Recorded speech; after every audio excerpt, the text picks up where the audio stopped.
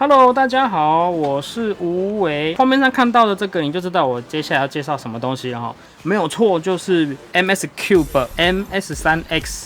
好，这两颗是一样的黑色底跟原色底这样子哈。然后这也是 MS Cube 加入点胜之后推出的，应该是第一款吧。因为之前他们是自己做的嘛，然后后来加入了嘛，然后杜宇森跳出了嘛。给各位看一下这个盒子到底有多浮夸。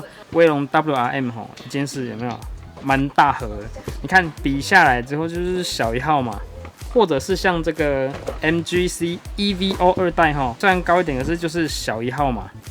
来，我给各位看一个更大的对比，来，这是干13，你看它的盒子就是小这么多，有没有？好，来，我们来看一下盒子打开是真的是侧开式，侧开哦，还有这个有没有？这边一堆配件啊，还有轴心呢，红色的。好，很多张小卡、解法，然后调整说明书嘛，应该是啦。好，还有另一张小卡，吴子豪，著名设计师，这照片也太帅了吧，美型男呢。OK， 来，哇，这个有够浮夸的，拿开里面还有螺丝起子。2组不同磁铁，哇塞！而且这磁铁好小哦，这应该是2×1的吧，超级小的，很小，可是磁力很强哦。好，小的一致起子，好，一致的哦。好，那我看一下这个，应该是一样的吧？啊，对了，这个就是全部都一样，就差在它是原色的哦，里面是原色的，还附一个这个叫什么？哦，方块架子。方块架子，不错哦，有新意哦。这方块架子是这样子的，有点像做的像摇摇椅的感觉哦，这样子可以这样放，这不错，有梗，蛮不错的，可以把方块夹住哈。哎呀，好，好，我们来看一下方块本身的部分，黑色底跟原色底。视觉上有非常大的差别，有没有？其实黑色底就有点像我们以前习惯的那个黑底贴纸的方块了啦。哦，那个颜色看起来都会比较亮丽，有没有？颜色都会比较亮丽，有没有？这是一个非常好的一个对比哈。好，它的方块表面很难得的就是亮面的啦，但没有到很亮。好，看一下重量，74.2克。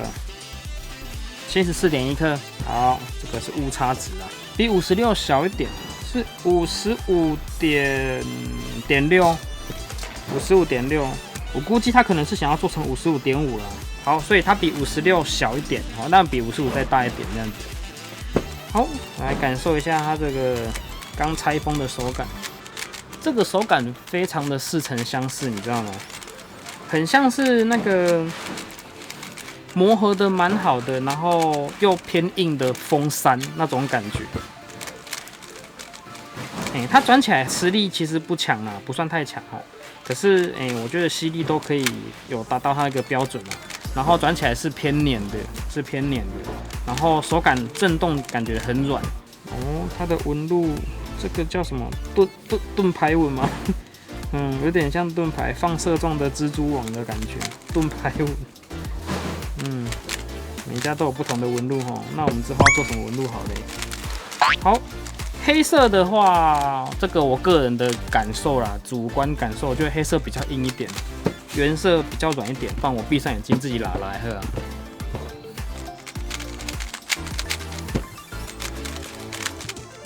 这好像偏硬一点，这好像软一点，真的呢。好，黑色呢好像有似乎那么一点点硬。好，原色呢好像有似乎那么一点点软，但是差别真的很小哦。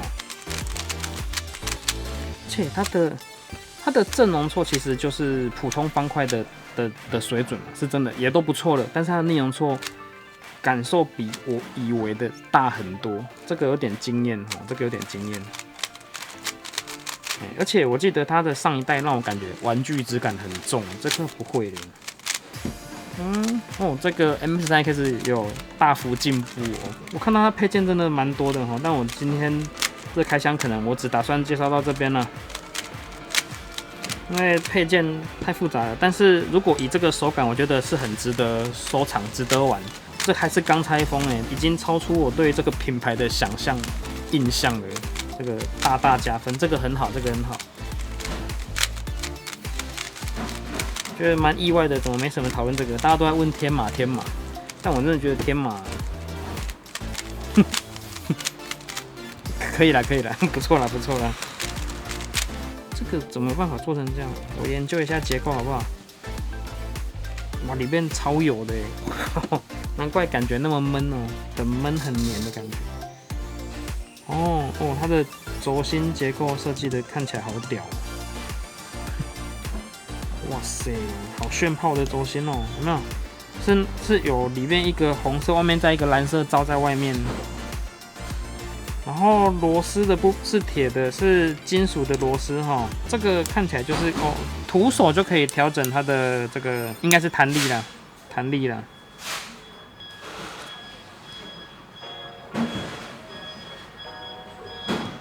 哎呦，厉害了，这个有没有？来看一下。看到2个厉害的点，一个是它的磁铁，除了边角这一组之外，角的底部这边还有一组磁铁，那这个地方靠着的就是中心了嘛，所以中心下面有没有？中心下面是有磁铁的。好，看起来是可以转动哦，没有错，像旋转木马一样可以转动，所以这个应该是透过转动这个来调整磁力这个。好，然后我看到第2个厉害的点是，它的边块底下没有加上我们常见的卡角，可是方块其实不会喷。以它这样子的容错率来讲，应该没有卡角，应该方块会喷的到处都是。透过转这个盘子来调整磁力，这个厉害概念有点像之前那个魔方格那一颗吧，就是双齿，然后改变里面那个。中心块里面那个磁铁模组来改变磁力这样子，那它直接把它放在里面转动让你可以去调整对角块的吸力这样子。好，那角块的角块跟轴就没有做轴齿，因为那一组磁铁已经很接近轴心了。其实它严格说起来已经有轴齿的效果，这也是为什么我说这个磁力虽然算弱，可是吸起来还蛮稳定的。磁吸的感觉还蛮稳定的那至于怎么调整啊，怎么换轴距啊什么的，那有心购买的话，你就自己去研究一下那个解法里面的那一份说明书了，好不好？好，如果真的有需要的话，我们再另外做一部影片来教你怎么调整了，好不好？好的，今天的这一部这个 MS3X 的介绍到这边了好，我个人评价非常的高，很厉害。虽然它的盒子是有点大而不当，我真的觉得好像没必要做这么浮夸。好，但是浮夸有它的底气在啦，它真的值得可以做的这么小白这样子，好不好？好啦，那有机会的话就赶紧趁它还很新的时候入手了OK， 有什么问题的话，欢迎在影片底下留言。我是吴伟 ，OK， 那我们下次见，拜拜。2 hours later， 各位，我错了，感觉我觉得一定要补拍这一段哦。刚刚我是不是有说对这个边块的设计特别激赏，对不对？其实它有暗藏玄机耶，它的这个有颜色的这个卡角是可以拉起来转90度再放回去的，那它就会形成我刚刚讲的常见的防爆卡角了耶，好厉害哦！所以它可以选择要或不要，但是我真的觉得没有那个卡角，其实它也真的是不太会喷耶，这个设计好厉害哦。好，有心想要增加防爆的，你可能就是要把轴距再加大，那这个时候你就真的会需要把这个卡角转90度变成是防爆的状态，这个真的有够屌，这个设计好强哦，好强哦，怎么会有那个脑袋到底要装什么它就变成是这个样子了，有没有？哇塞，而且有个不同配色在里面，也是真的是很好看呐。那个结构啊、可看性啊，都顾到了，好厉害哦！好，我们来试试看，把这边全部都转成防爆状态是什么手感？有差吗？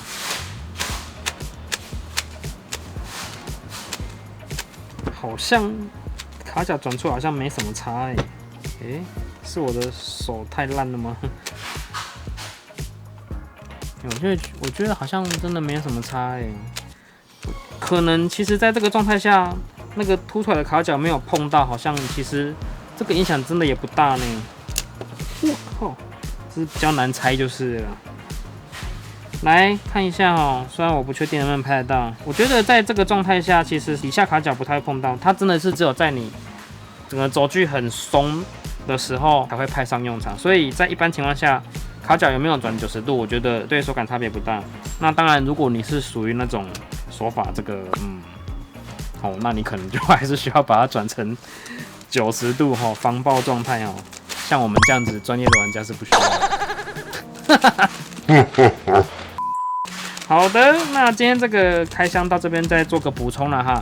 那我刚刚有简单看了一下它的调磁转盘的那个说明按鸟我以为干员的调磁说明书已经是我看过最复杂的说明书了，我没有想到有人可以在干员之上还要再更加的干员，干上加干。